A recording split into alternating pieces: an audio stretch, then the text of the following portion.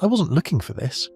I need you to understand that before I show you what I found, I was researching something completely different. Hospital architecture. Specifically, why hospitals built before 1910 look nothing like the sterile boxes we treat sick people in today. I was in the Cleveland Public Library, going through archived building plans, when a librarian brought me the wrong box. She apologized and reached to take it back, but I'd already seen the label. Acoustic Treatment Protocols for Patient Recovery Facilities. 1847. Discontinued. Discontinued. That word again. The same word I'd seen on electrical systems, on heating systems, on infrastructure that worked too well to exist anymore. Inside the box was a 62-page medical manual written by a physician named Dr. Cornelius Blackwood. The title was Harmonic Resonance Therapy, Protocols for Sound-Based Healing in Metropolitan Hospitals. I photographed every page.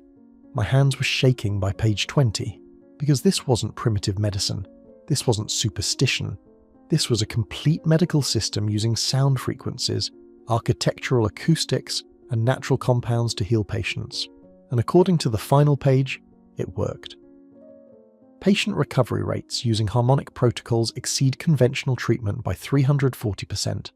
Exposed patients demonstrate accelerated tissue regeneration, reduced inflammatory response, and complete remission of chronic conditions previously considered incurable. 340%. That's not marginal improvement. That's a completely different category of medicine. And then, handwritten in the margin, a note that changed everything I thought I knew about medical history. System discontinued by State Medical Board order. All equipment confiscated. All documentation to be destroyed. Signed February 14th, 1911. 1911. The same year the Flexner report was published. The report that supposedly modernized American medicine. The report funded entirely by the Rockefeller Foundation and the Carnegie Foundation. The report that closed over 150 medical schools and banned every treatment that couldn't be patented and sold. I left that library understanding something I'd never been taught. Modern medicine didn't evolve naturally from primitive practices. It was installed, violently, over the ashes of something that worked better. Something that couldn't be metered, couldn't be patented, couldn't generate the profits that build pharmaceutical empires. And they burned the hospitals to make sure no one would ever remember. Let me show you what they destroyed.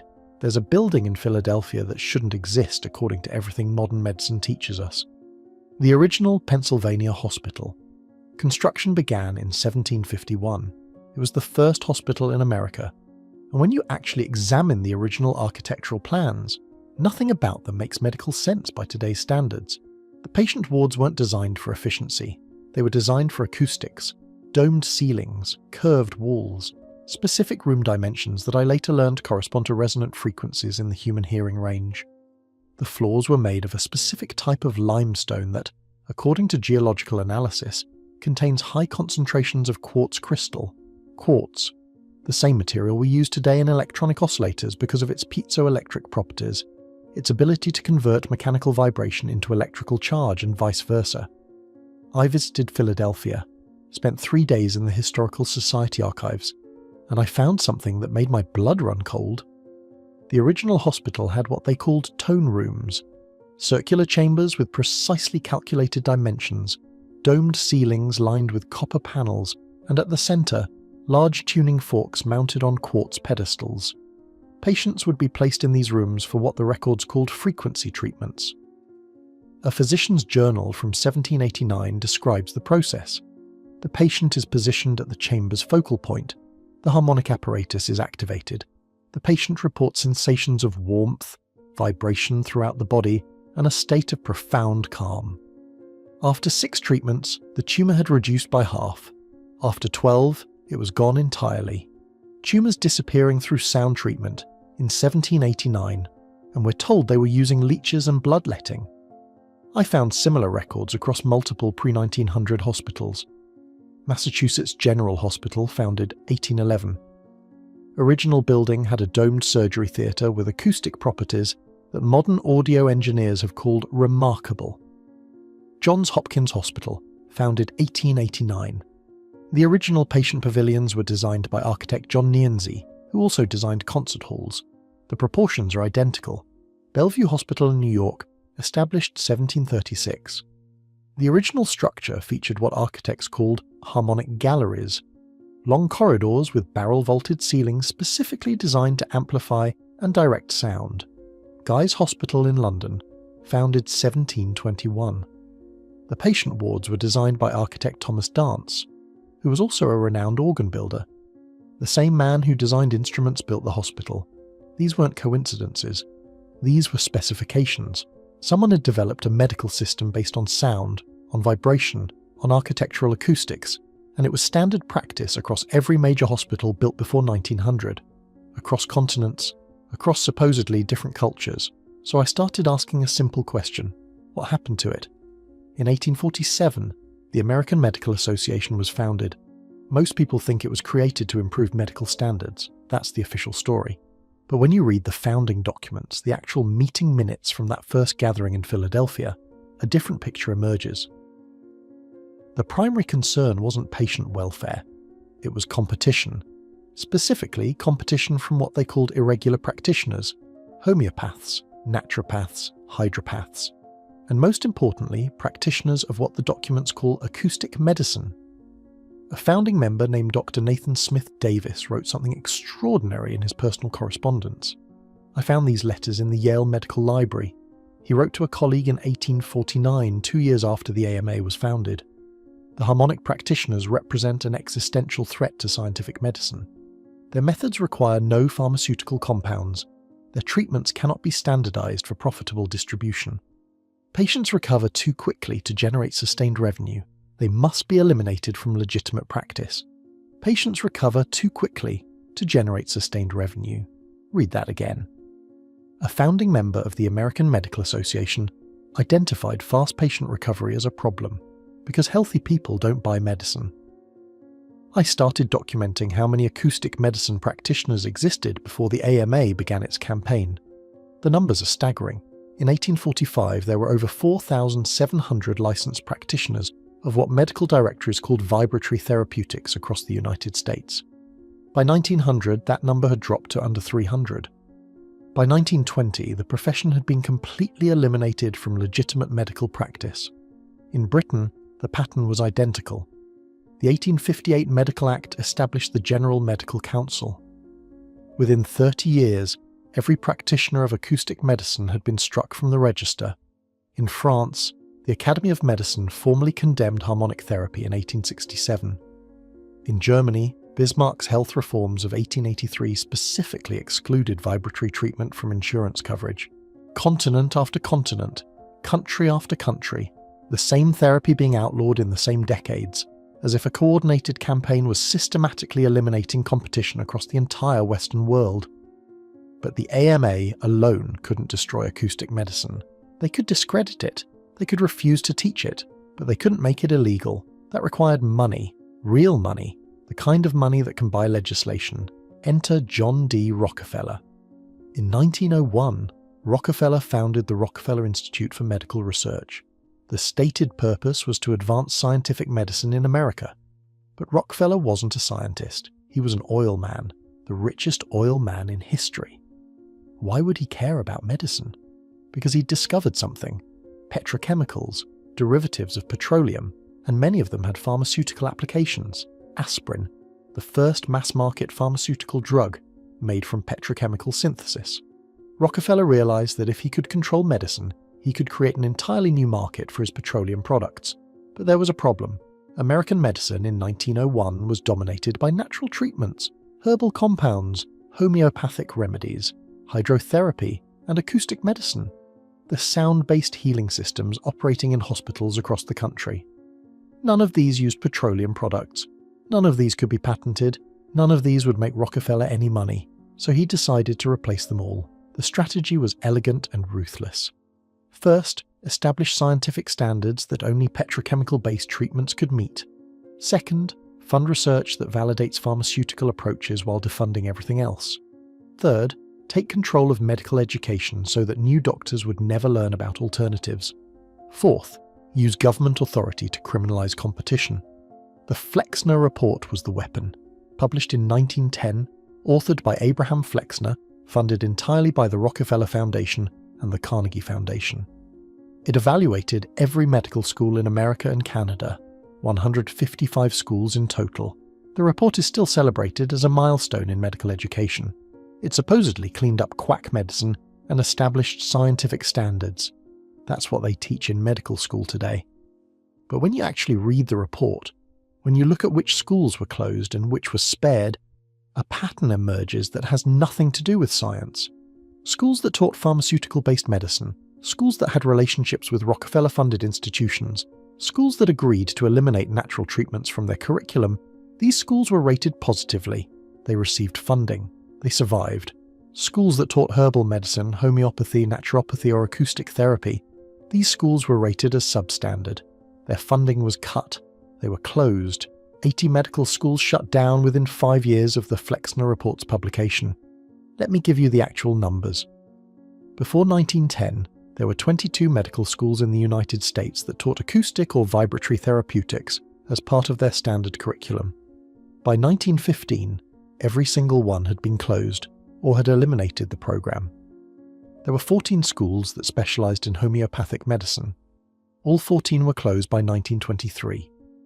There were 8 schools that taught eclectic medicine, a system combining herbal treatments with physical therapeutics. All 8 were closed by 1920. The report specifically condemned what it called physical therapeutics, treatments using sound, light, electricity, and vibration, the exact treatments that had been standard practice in American hospitals for over a century. And then the hospitals themselves started to burn. I compiled a list. Major hospital fires in America between 1911 and 1930. The pattern is unmistakable. Cleveland City Hospital, fire in 1912. Original building completely destroyed, rebuilt without acoustic treatment facilities. St. Vincent's Hospital, New York, fire in 1914. The Tone Room Wing was the only section that burned, never rebuilt. Cook County Hospital, Chicago, fire in 1916. All records from before 1900 destroyed. Ruled accidental, Massachusetts General Hospital, fire in 1918. Original dome structure damaged beyond repair. Replaced with flat-roofed modern wing. Philadelphia General Hospital, fire in 1919. Acoustic treatment records specifically targeted according to fire investigation reports that were later sealed. Charity Hospital, New Orleans, fire in 1920. The entire section housing the harmonic treatment apparatus was destroyed. The fire started in 3 places simultaneously. St. Mary's Hospital, San Francisco, fire in 1922. Original building leveled. Investigators noted the presence of accelerants, but the case was closed without prosecution. Barnes Hospital, St. Louis, fire in 1924. The medical library containing pre-1900 treatment records was completely destroyed. I found a newspaper article from the Cleveland Plain Dealer dated March 15, 1912. It describes the Cleveland City Hospital fire, and buried in the 3rd paragraph is a detail that no one seems to have noticed. The fire began in the basement equipment storage room where the hospital's sonic apparatus was kept. Fire investigators determined the blaze started in multiple locations simultaneously. Despite this finding, the cause was ruled accidental. Multiple ignition points, that's arson. And the fire started exactly where the acoustic healing equipment was stored. I found similar anomalies in fire reports across the country. Philadelphia. The fire started in the records room and the equipment storage room at the same time. New York. The fire began in the basement tone chamber and spread upward with unusual speed. Chicago. Witnesses reported seeing men carrying equipment out of the building before the fire started. New Orleans. The fire occurred on a holiday weekend when the building was nearly empty. San Francisco. The night watchman who discovered the fire was later found to have received a substantial payment from an unknown source. These weren't accidents. They were coordinated destruction. Someone was systematically burning the evidence of acoustic medicine, and they were doing it at the same time the Flexner report was closing the schools that taught it. The timeline is too precise to be coincidence. 1910, Flexner report published. 1911, first wave of medical school closures. 1912, Cleveland City Hospital fire. 1913, second wave of school closures. 1914, St. Vincent's Hospital fire. 1915, American Medical Association formally condemns vibratory therapeutics. 1916, Cook County Hospital fire. 1918, Massachusetts General Hospital fire. 1919, Philadelphia General Hospital fire. year after year. School closures and hospital fires, education eliminated and evidence destroyed. A coordinated campaign to erase an entire medical system from existence. But they couldn't destroy everything. Dr. Royal Raymond Rife, born 1888 in Elkhorn, Nebraska. By 1920, he had developed what he called the universal microscope, a device that could magnify living organisms up to 60,000 times, far beyond anything available at the time. What Rife saw through that microscope changed his life. He observed that specific frequencies could destroy pathogens, specific sound and electromagnetic frequencies could shatter viruses and bacteria, the same way an opera singer's voice can shatter a glass. He called it the mortal oscillatory rate. Every organism has a frequency at which it vibrates. Apply that frequency externally with enough amplitude, and the organism destroys itself. Cancer cells, tuberculosis bacteria, even viruses that conventional medicine couldn't treat. Rife built treatment devices. He conducted clinical trials. In 1934, the University of Southern California conducted a study using Rife's frequency devices on terminal cancer patients. 16 patients with end-stage cancer. Within 90 days, 14 were completely cured. The remaining 2 were cured within the following month. 100% success rate on terminal cancer patients, using frequency treatment, the same basic principle that had been practiced in American hospitals before 1910. The study was supervised by Dr. Milbank Johnson, a prominent Los Angeles physician. It was observed by Dr. Alvin Ford, a pathologist, and Dr. Arthur Kendall, Director of Medical Research at Northwestern University. These weren't fringe practitioners. These were mainstream medical professionals witnessing results that should have changed medicine forever. And then Rife was destroyed. Morris Fishbein was the head of the American Medical Association from 1924 to 1949. He was also the editor of the Journal of the American Medical Association, the most powerful man in American medicine, and he had financial investments in pharmaceutical companies that would be worthless if Rife's technology worked. Fishbein offered to buy Rife's technology. Rife refused. He wanted it available to everyone. Within months, Rife's laboratory was vandalized. His microscopes were destroyed. His research papers were stolen. The University of Southern California disavowed the 1934 study. Physicians who had worked with Rife were threatened with losing their medical licenses if they didn't denounce him. Dr. Milbank Johnson, who had supervised the clinical trial, died under suspicious circumstances in 1944. His personal papers, including all documentation of the Rife experiments, disappeared from his estate. Dr. Arthur Kendall, who had observed the trials, resigned from Northwestern University under pressure. He never spoke publicly about frequency therapy again. One by one, everyone associated with Rife was silenced, discredited, or destroyed. By 1939, Rife was ruined. He spent the rest of his life fighting legal battles and struggling with depression. He died in 1971, forgotten and discredited. His technology was labelled quackery. The clinical results were buried. The cure for cancer disappeared because it couldn't be patented. But here's what makes me furious. Rife wasn't inventing something new. He was rediscovering something old. The same frequency-based healing that had been practiced in American hospitals for a century before the Rockefeller Foundation decided it wasn't profitable enough to exist. I found a medical textbook from 1872, a practical treatise on the medical and surgical uses of electricity, written by Dr. George Beard and Dr. Alfonso Rockwell, published by William Wood and Company, New York. This textbook describes in detail the use of specific electrical frequencies for treating disease. Chapter 14 is titled Electrotherapeutics in the Treatment of Malignant Growths. It documents case after case of tumours reduced or eliminated through frequency treatment. One case study describes a woman with breast cancer treated over 6 weeks with what the authors call oscillatory current. The tumour shrank from the size of an egg to undetectable. She remained cancer-free for 5 years when the report was written. Another describes a man with throat cancer who received frequency treatment for 3 months. Complete remission. No recurrence at the time of publication. And this wasn't fringe medicine. This was standard practice, taught in medical schools, used in hospitals, published in mainstream medical literature until 1910, until the Flexner report, until the hospitals burned. Let me show you what the Tartarian medical system actually looked like before they erased it. hospital architecture before 1900 followed specific principles that modern architects cannot explain. I consulted with Dr. Sarah Chen, an acoustic engineer at MIT. I showed her floor plans from 12 different pre-1900 hospitals across 3 continents. She analysed them without knowing what she was looking at. Her conclusion was stunning. These buildings are designed as resonant chambers. The dimensions, the dome structures, the material specifications, they all work together to create standing waves at specific frequencies. Whoever designed these knew exactly what they were doing from an acoustic perspective. I asked her what frequencies the buildings were optimized for.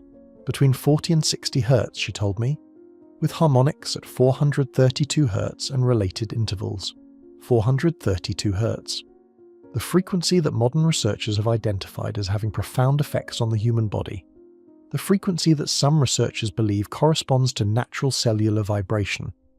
The frequency that was standard tuning for musical instruments until 1939, when it was arbitrarily changed to 440 Hz. These hospitals weren't just treating patients with sound, they were built as healing instruments. The architecture itself was the technology, and it gets deeper. I found construction specifications from the original Johns Hopkins Hospital. The patient pavilions use specific materials, limestone with high quartz content for the floors, copper panels in the ceilings, bronze fixtures throughout. Quartz generates electricity when vibrated. Copper is highly conductive. These buildings weren't just resonant chambers, they were generators. They were using the natural acoustic properties of the architecture to generate subtle electrical fields that surrounded the patients. I tested this theory. I hired an independent engineer, Dr. Michael Torres from the University of Texas. We visited 3 surviving pre-1900 hospital buildings with intact original architecture. At the old Charity Hospital in New Orleans, we measured electrical field strength of 0.8 millivolts per meter above background levels. At the original wing of Massachusetts General, 0.6 millivolts. At the preserved section of St. Thomas's Hospital in London, 1.1 millivolts. For comparison, modern hospital buildings registered 0 variation from background. These old buildings are generating electricity. Right now. Today.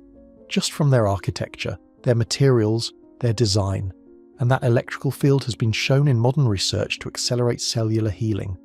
Modern research is finally catching up to what they knew 150 years ago.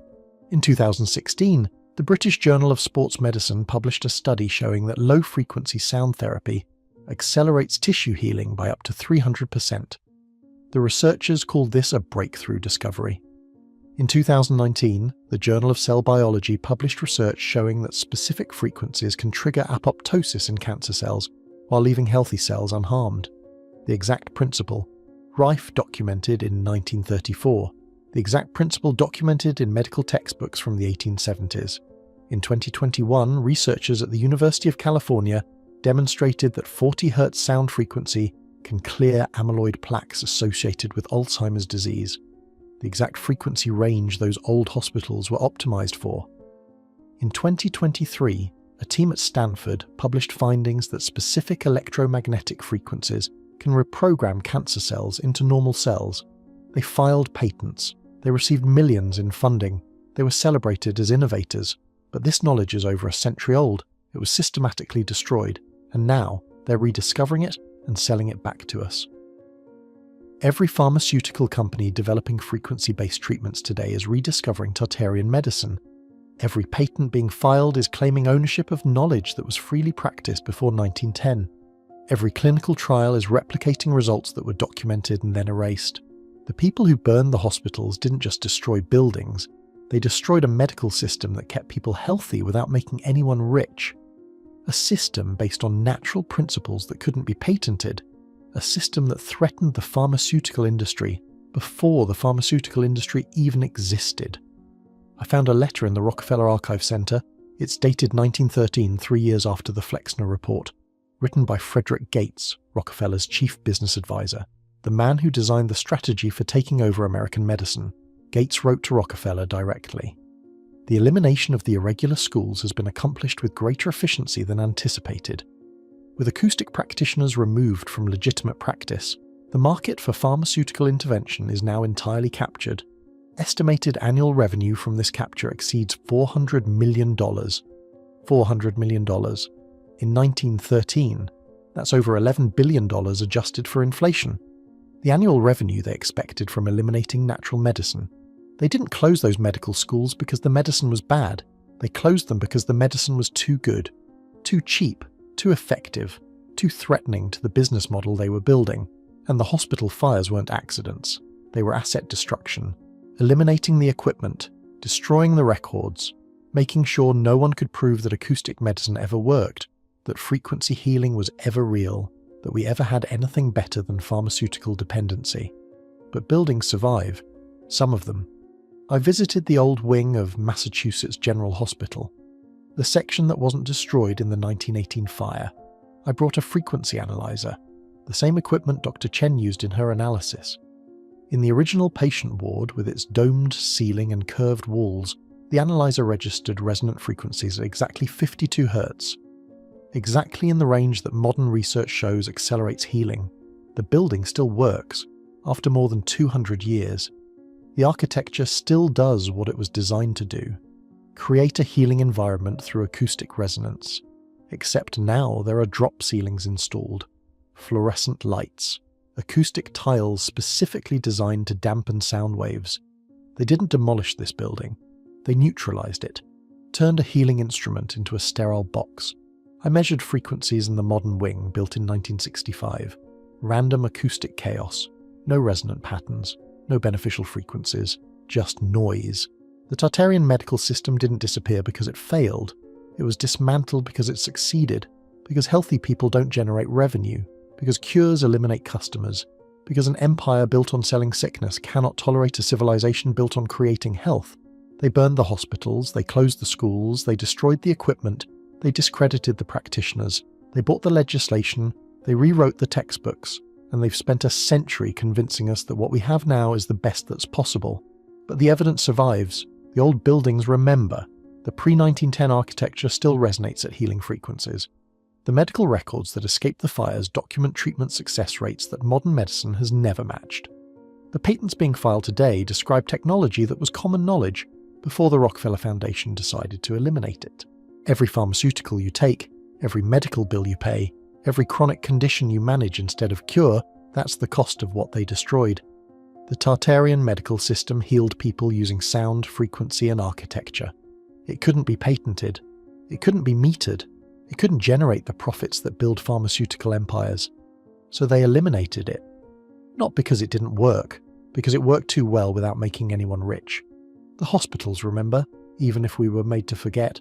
The domed ceilings, the resonant chambers, the quartz floors and copper panels, the tuning forks and tone rooms. It's all still there in the buildings they couldn't burn, in the records they couldn't destroy, in the research that keeps rediscovering what we already knew. Before pharmaceuticals, there was something better, and they've spent a century making sure you never found out, but you know now. And here's something else they don't want you to know. This wasn't just America. I started looking at hospital fires in other countries during the same period. The pattern repeats with unsettling precision. In Britain, the Royal Free Hospital in London had a catastrophic fire in 1912, the year after the Flexner report. The wing that burned housed what Victorian records called the galvanic treatment rooms. Equipment destroyed, records lost, never rebuilt. In France, the Hôtel Dieu de Lyon, one of the oldest hospitals in Europe, had a devastating fire in 1914. The entire section containing hydrotherapy and electrotherapy equipment was destroyed. The fire started in 3 separate locations. In Germany, the Charité Hospital in Berlin suffered a fire in 1916. The Department of Physical Medicine was completely gutted. A newspaper account noted that firefighters arrived to find the main doors chained from the inside. In Vienna, the Allgemeines Krankenhaus had a fire in 1918. The resonance treatment wing was destroyed. Equipment valued at over 200,000 marks simply vanished before the fire was even reported. In Russia, the Imperial Medical Academy in St. Petersburg burned in 1917, the year of the revolution. Amid all the chaos, someone took the time to specifically target the acoustic medicine department. Continent after continent, year after year, the same departments destroyed, the same equipment eliminated, the same records lost, as if someone was conducting a global campaign to erase this technology from human memory. I found a document in the archives of the League of Nations, a report from 1923 on the standardization of medical practice internationally. The report recommends, and I quote, "the elimination of physical therapeutics from recognized medical practice across all member nations to facilitate pharmaceutical standardization." Pharmaceutical standardization, that's the real goal. They wanted everyone taking the same drugs from the same companies, and they couldn't do that while acoustic medicine existed as an alternative. The Rockefeller Foundation didn't just transform American medicine, they transformed global medicine. They funded medical schools in China, India, Brazil, and across Europe. Every school they funded adopted the same curriculum. Every school excluded the same treatments. Every school taught that pharmaceuticals were the only legitimate medicine. By 1940, acoustic medicine had been erased from legitimate practice on every inhabited continent. A system that had existed for centuries, that had operated in hospitals across the world, simply vanished, as if it had never existed at all. But the human body hasn't changed. The principles that made acoustic medicine work in 1850 still work today. Sound still vibrates cells. Frequency still affects biology. Architecture still shapes the acoustic environment. We've just been taught to forget. I visited a clinic in Switzerland that still practices what they call vibrational medicine. They operate outside the regulatory framework, treating patients that conventional medicine has given up on. They use sound therapy, frequency generators, treatment rooms designed according to acoustic principles that match the old hospital specifications exactly. I asked the clinic director where they learned these techniques. From the old texts, he told me, medical journals from before 1910, hospital construction manuals from the 1800s.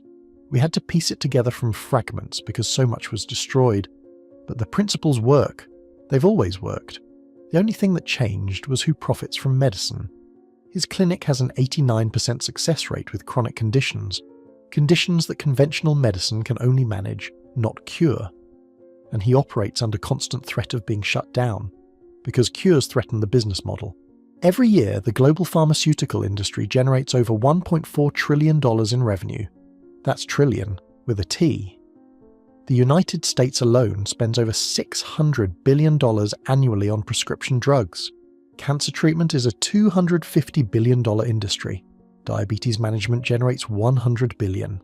Heart disease medications bring in $80 billion. None of this revenue exists if people are healthy.